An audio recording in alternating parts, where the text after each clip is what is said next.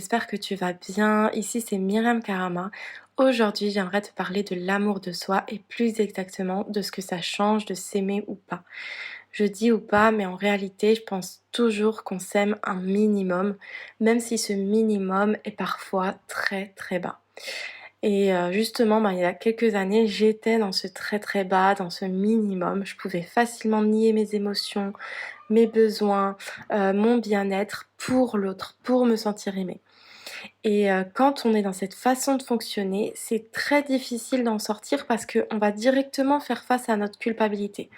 Par exemple, si on a l'habitude d'être toujours disponible pour, une certaine personne et que cette personne nous demande quelque chose et qu'on a envie de répondre par la négative, on va essayer de se justifier et on va culpabiliser, on va se dire: «Ouais, mais je pourrais quand même le faire» et cetera. Alors, bon, quand c'est une personne avec qui, on habite, c'est du coup un peu plus compliqué, mais comme moi c'était, pas une personne avec qui j'habitais, ben, ce que j'ai fait pendant un moment, le temps de travailler sur moi, c'est que je filtrais les appels et je répondais que quand j'étais vraiment sereine de le faire.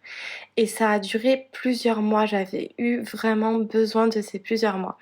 Et ce qui est marrant, c'est qu'après ça, même les personnes, qui me culpabilisaient d'habitude de pas prendre assez de leurs nouvelles ou ce genre de choses, et ben, elles le faisaient plus.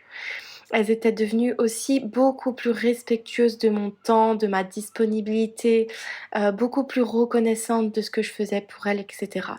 Le rapport a complètement changé et c'est vraiment, ce que permet cette amélioration de notre relation avec nous-mêmes, le fait de voilà, d'augmenter notre amour de soi, ça permet autant aussi d'améliorer nos relations avec les autres qui vont être beaucoup plus vraies parce qu'on va pas faire quelque chose en attendant un retour. Parce qu'attendre de l'amour en retour, c'est aussi attendre un retour.